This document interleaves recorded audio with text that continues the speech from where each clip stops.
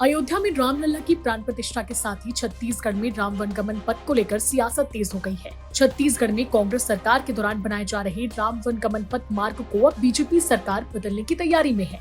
विपक्ष में रहते बीजेपी ने राम वनगमन पथ मार्ग को लेकर भूपेश सरकार को लगातार घेरा था। अब सरकार बनने के बाद इस योजना को लेकर पड़ताल का जो दौर है वो शुरू हो गया है। साय सरकार के वित्त मंत्री ओपी चौधरी ने कहा कि राम वनगमन पथ को लेकर कांग्रेस सरकार में बड़ा घोटाला हुआ है। कोई पॉलिटिकल मंच की तरह तो नहीं बोलना चाहता, बट फिर भी बहुत दुख के साथ कहना पड़ता है कि भगवान श्री रामचंद्र जी की मूर्ति पे कई तरह के, राम पथ पे भी कई तरह के भ्रष्टाचार हुए। इस भ्रष्टाचार से मुक्त करते हुए हम लोग एक अच्छे गवर्नेंस के साथ सभी लोग मिल करके छत्तीसगढ़ में पर्यटन और अन्य विकास को। वनवास के दौरान श्री राम छत्तीसगढ़ के जिन मार्गों से होकर गुजरे, इन क्षेत्रों को संस्कृति और पर्यटन के लिहाज से डेवलप करने राम वनगमन पथ मार्ग प्लान किया गया था। कांग्रेस सरकार के कार्यकाल में अक्टूबर 2021 को सीएम बघेल ने इसका शुभारंभ किया। श्री राम के वनवास काल से जुड़े स्थलों को विकसित करने की योजना की शुरुआत माता कौशल्या की नगरी चंदखुरी से की गई।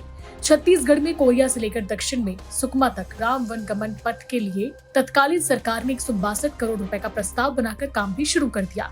अब सरकार बदलने के साथ ही राम वनगमन पथ मार्ग को लेकर पिछली सरकार पर आरोप लग रहे हैं।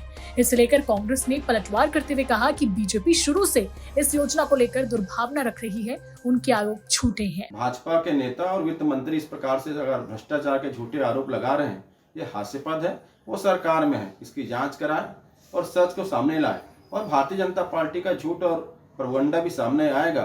लगातार भाजपा इस परियोजना के खिलाफ हमेशा से बात करती रही है और दुर्भाग्य की बात है, केंद्र की सरकार ने भी जब रामायण सर्किट की शुरुआत किया, उसमें राम वनगमन पथ परियोजना को दूर रखा, छत्तीसगढ़ को दूर रखा है।